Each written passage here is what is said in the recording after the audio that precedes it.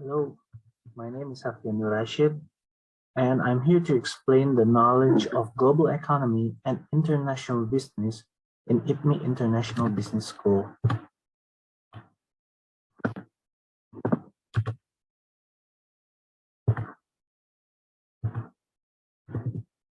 Before we started, I would like to thank you, Professor Roy Sembel and Bu Yulita, for their time and attention in giving us in this lecture of this semester. Now, without further ado, let's get started. So, what is global economy and international business? The sum of it is the business activities that occurred from a country to another. The engaging of one business with different countries also interact with its economy, policy, and cultural condition of the countries they are doing their business with. Activities in international business may take form in the movement of one goods from another countries, such as exporting, importing, trade, or by imposing the tariff and quota to limit of such goods to enter to one country. Other form of the business may take form in licensing and franchising. In order to penetrate the market, one needs to adapt multi-domestic company for establishing different type of strategies in the different countries. Global operation to provide the goods and services to many different countries, or utilizing both strategies as such. But not only strategies, one business must as such consider its comparative and absolute advantage over the country they are engaging their business. The advantage serves to scale and compare the amount of resources that is which is more abundant over the other engaging country, such as the labor of cost, natural resources, or the price of goods and services. It allowed countries to take advantage over their neighboring countries as well as maximization of one goods and services. But every reward has its weakness and has its risk. Engaging business with foreign countries must have risk certain amount that may occur unexpectedly, such as cross-cultural risk, or risk that is derived from different culture, language, and habit of the people that may be different from one's own home operating country. Second is commercial risk that occurs from underdeveloped strategies as well as poor business execution. Third is currency financial risk that may arise from differentiation of exchange rates that may affect by the demand of supply of goods, securities, as well as unforeseen risk of from perception. Fourth is countries that may affect the losses in international business due to event or circumstances that may affect in the country's political and legal aspect. Political systems such as totalitarianism, socialism, democracy, for the legal systems from the common law, civil law, religious law, or sometimes by its mixed systems. So why why do nations trade with one another? The first reason is mercantilism.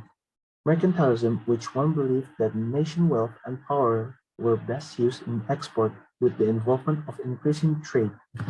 The second is the comparative and absolute advantage principle, which is I already explained to scale or compare one advantage of one country to the foreign country.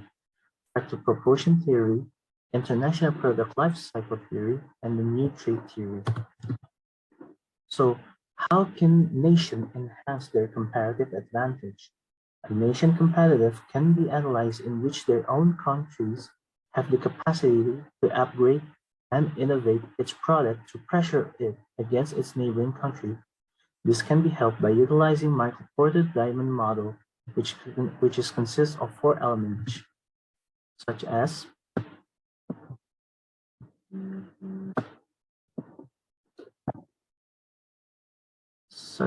its firm strategy, demand condition, related and supporting activities for the operating business, and the factor of endowment.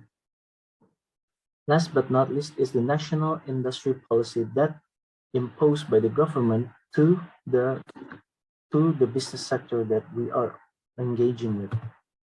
Now, why and how do corporate go international? It is simple. Corporate go international so they can have a growth in opportunities. can be foreseen than its own country, achieve a higher margin and profit by lowering the cost of labor and supplies and its material in order to create the goods and services, gain new business idea that may be acquired from another foreign countries, and the last is the diversification of resources and create new product in sense research and development. So how can one corporation go international?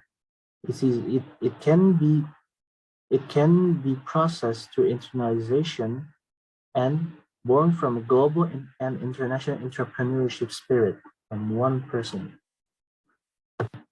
So after all of that, what is the type of investment that can be used to another country? There are two types. There are sovereign wealth fund and foreign direct investment. So what is sovereign wealth fund? In a way, sovereign wealth fund are state-owned investment fund that invest in real and financial assets such as stocks, bonds, real estate, or precious metals. While foreign direct investment is an investment made by one company into another located in another countries.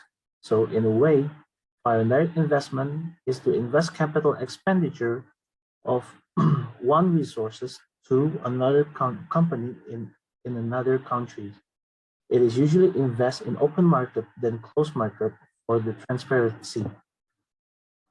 So, so I hope that you all learned about regarding the global economy and international business.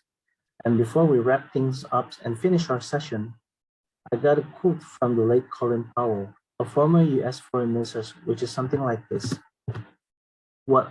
There's no secrets to success. It is the result of preparation, hard work, and learning from failure. So whatever you do in life, there is no mistake as long as we continue to try and be better in the future. So long, and I hope I see you again. Thank you.